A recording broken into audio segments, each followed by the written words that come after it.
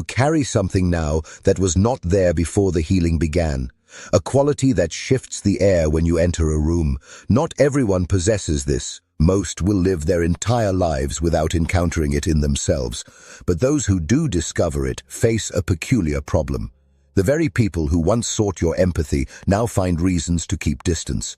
Your presence has become uncomfortable. And this is no accident. Something in the depths has completed a process that the conscious world was never meant to witness.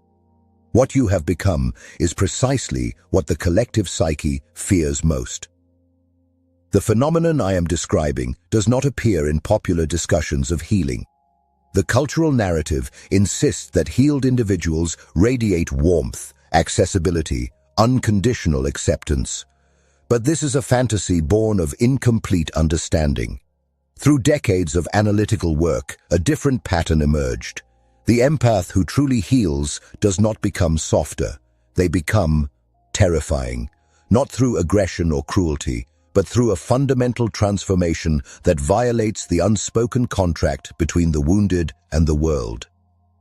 You feel this, do you not? The confusion when someone who once appreciated your sensitivity now seems uneasy in your company. The strange accusations that you have grown cold, distant, even cruel, when you have simply stopped performing the emotional labor that once defined you. What presents itself as rejection is actually recognition. They sense what you have become, and the psyche, when confronted with integrated power, responds with primitive fear. Here is what I discovered that will challenge everything you believe about the healing journey. The healed empath does not return to innocence. They do not recover some pure state of openness that trauma temporarily disrupted. What emerges from the crucible of integration is something the unconscious has been constructing all along, a being who has metabolized their wounds into something the collective cannot manipulate, cannot guilt, cannot control. This is why your transformation feels dangerous, because it is, not to yourself, but to every system that depends on your continued wounding. The first transformation manifests as an immunity to manipulation that others experience as coldness. Where once you could be moved by tears, guilt, strategic vulnerability, there now exists a capacity to witness emotional theater without participating in it. The mechanism here operates through what depth psychology calls differentiation, the ability to distinguish between genuine suffering and performative distress. This is not hardness of heart, it is precision of perception. What became clear through years of studying the psyche is that empaths develop their sensitivity as a survival mechanism. The child who must monitor the emotional states of unstable caregivers becomes exquisitely attuned to subtle shifts in energy, tone, intention. This skill, refined over decades, creates a person who can feel the emotional reality beneath the presented facade. But here is where the pattern becomes disturbing. This very sensitivity, when unhealed, becomes the hook by which others control you. They learn, often unconsciously, that emotional display can override your boundaries. The healed empath has severed this connection. You may recognize this pattern in yourself. Someone employs the exact tactic that once guaranteed your compliance: tears, anger, withdrawal, crisis. And now, nothing. No rising guilt, no compulsive urge to fix their emotional state, no anxiety about being perceived as uncaring. The tactic fails, and in its failure, you are labeled cold. But what has actually occurred is the completion of a crucial individuation process. You have reclaimed the energy you once poured into managing others' emotional regulation. The psyche operates according to its own intelligence, and what it creates through healing is not a return to vulnerability, but the emergence of impermeability. Think of it this way. The healed empath becomes like deep water. On the surface, nothing reveals what lies beneath. Attempts to create ripples, the dramatic confession, the manufactured emergency, the emotional ambush simply dissipate. The depth absorbs the disturbance without being disturbed. This is what they experience as coldness. You experience it as peace. Second, there emerges a capacity to hold paradox that appears to others as moral ambiguity. The world operates through binary thinking, good and bad, right and wrong, victim and perpetrator. The healed empath has descended into regions where these distinctions collapse. They can hold two contradictory truths simultaneously. A person can be both wounded and dangerous. An action can be both understandable and unacceptable. Love and harm can coexist in the same relationship. This sophisticated awareness violates the simplistic moral framework most people require to navigate reality. According to analytical psychology, the integration of the shadow produces precisely this effect. When you cease projecting your darkness onto others, when you acknowledge your own capacity for cruelty, manipulation, selfishness, something shifts in your perception. You can no longer participate in the collective game of identifying villains and heroes. You see the shadow operating in everyone, including those who present themselves as purely good. More disturbingly, you see the shadow operating in yourself, and you no longer apologize for it. This creates profound discomfort in relationships. People expect you to take sides, to confirm their narrative about who wronged whom, to validate their victim identity or their righteous anger. The healed empath refuses, not because they lack compassion, but because they perceive the complexity that binary thinking erases. You find yourself saying things that sound almost cruel. Both of you contributed to this. Your suffering does not make you right. Their wrongdoing does not make them irredeemable.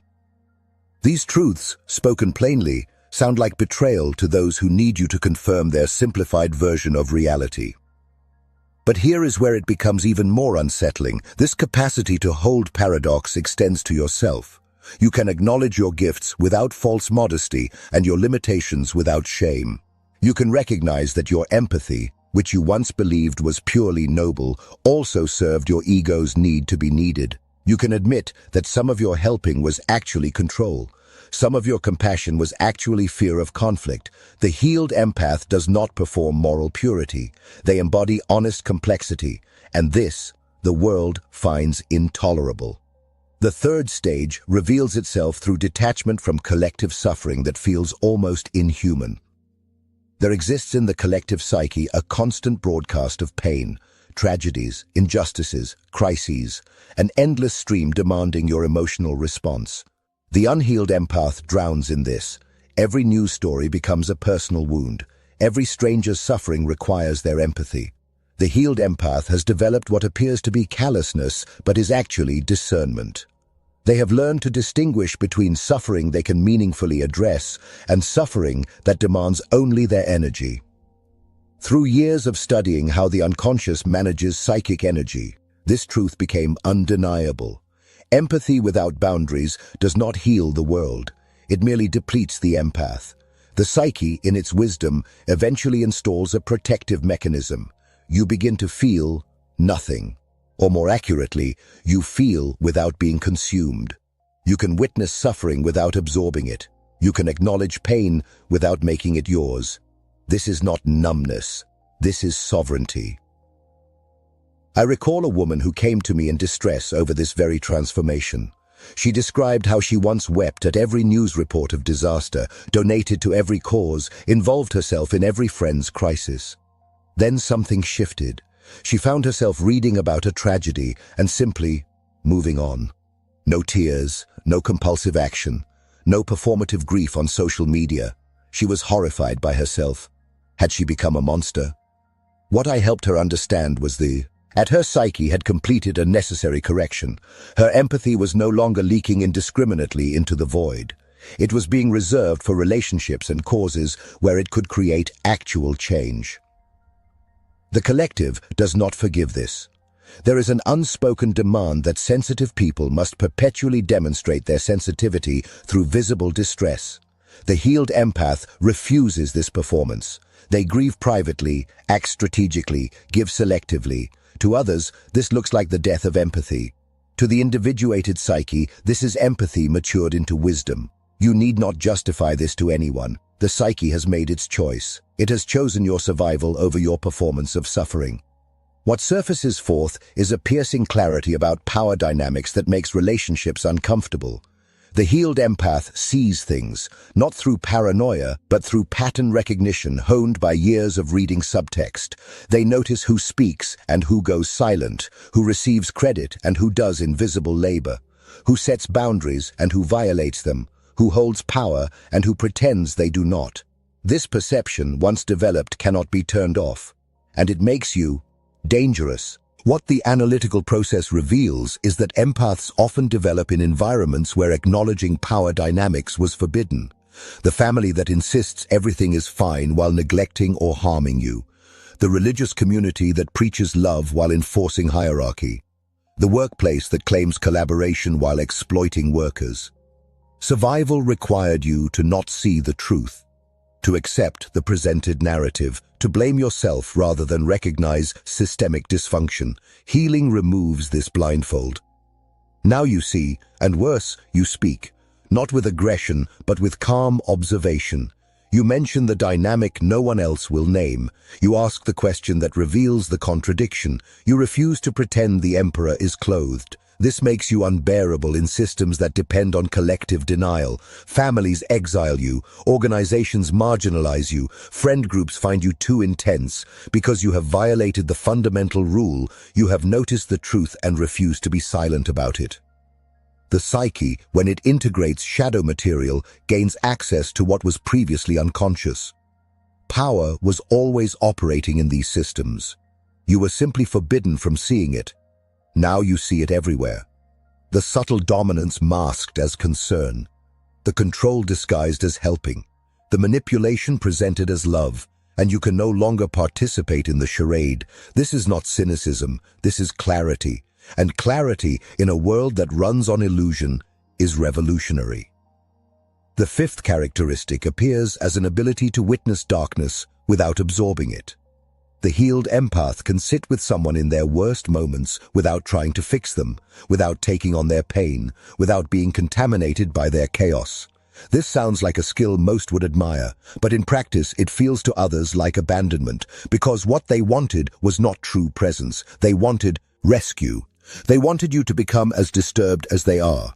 They wanted confirmation that their crisis is catastrophic.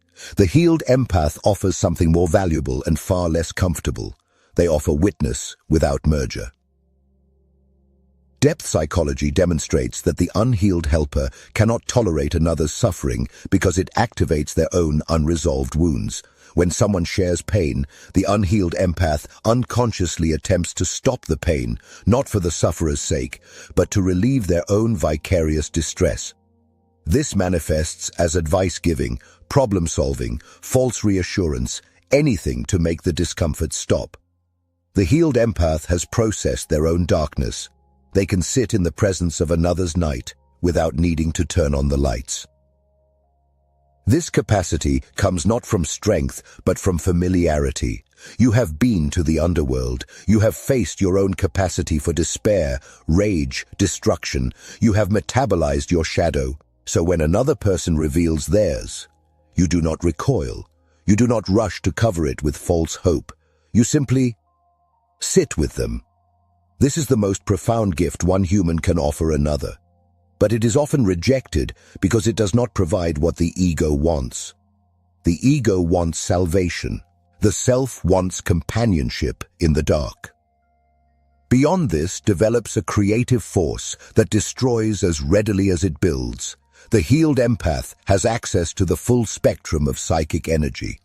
Not just the light, generative, nurturing aspects, but also the capacity to end what must end, to withdraw from what drains, to burn down what has become rotten. This makes you unpredictable. People who knew you as endlessly patient now encounter your sharp no. People who relied on your tolerance now face your sudden exit. You have become dangerous because you have reclaimed your destructive power. Consider the natural cycle. Spring brings growth, but autumn brings necessary death. Winter destroys what summer created. This is not cruelty. This is the rhythm of life. The unhealed empath tries to remain perpetually in spring mode, always nurturing, always growing, always giving. The psyche cannot sustain this. Eventually, the denied destructive force erupts in depression, illness, rage. The healed empath has integrated this power consciously. They can end relationships that have become toxic. They can let projects die that no longer serve. They can withdraw their energy without guilt. The collective fears this because it cannot predict you. They cannot assume your endless patience. They cannot count on your self-sacrifice. You might stay, you might leave, you might help. You might refuse. This unpredictability, born of genuine choice rather than compulsive giving, creates the space for authentic relationship. But first, it creates terror, because they are meeting, perhaps for the first time, a whole human being rather than a one-dimensional helper. The seventh and final transformation is the capacity to hold your own power without apology. This is the culmination of the individuation process. You no longer minimize your gifts. You no longer perform humility to make others comfortable. You no longer dim your light so that the insecure feel less threatened. You exist at full brightness. And this is what the world finds most terrifying about the healed empath. Not your coldness, not your boundaries, not your clarity, your refusal to be small. What emerged from decades of analytical work is this understanding. The wounded empath learns to survive by making themselves indispensable through self-erasure. They become so attuned to others that they lose contact with themselves. Their worth derives from their usefulness. Their identity is constructed around other people's needs. Healing destroys this false self. What rises from the ashes is a person who knows their value independent of their service. A person who can offer genuine help from overflow rather than depletion. A person who exists for themselves first. This violates the deepest programming of the empathic individual. Everything in your history taught you that your needs come last. That taking up space is selfish. That shining too brightly is arrogant. The healed empath has seen through this lie. They recognize that this programming served others, not you. It kept you available for exploitation. It kept you manageable. It kept you small. And now you have outgrown the cage. The door is open. Wow.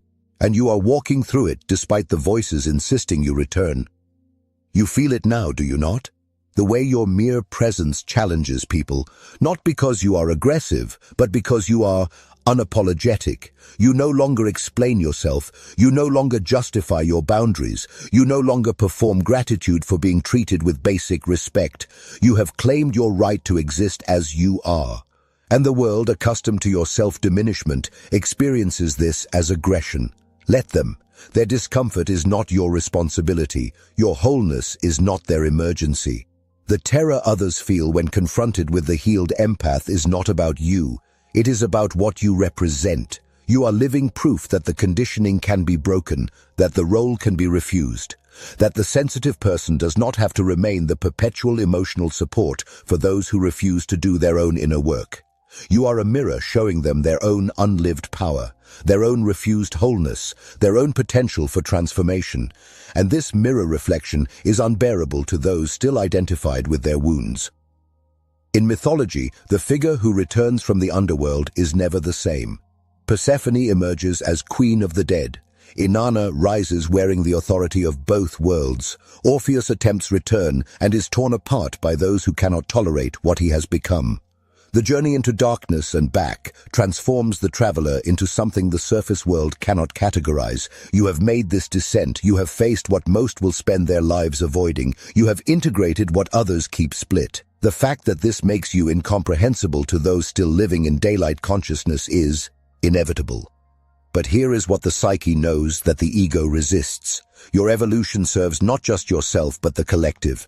Every person who completes their individuation journey creates a template in the collective unconscious. You are carving a path. Others will follow it, whether they know your name or not. The work you have done in your own depths sends ripples through the collective psyche. The healed empath, far from being a selfish abandonment of others, is actually the highest service.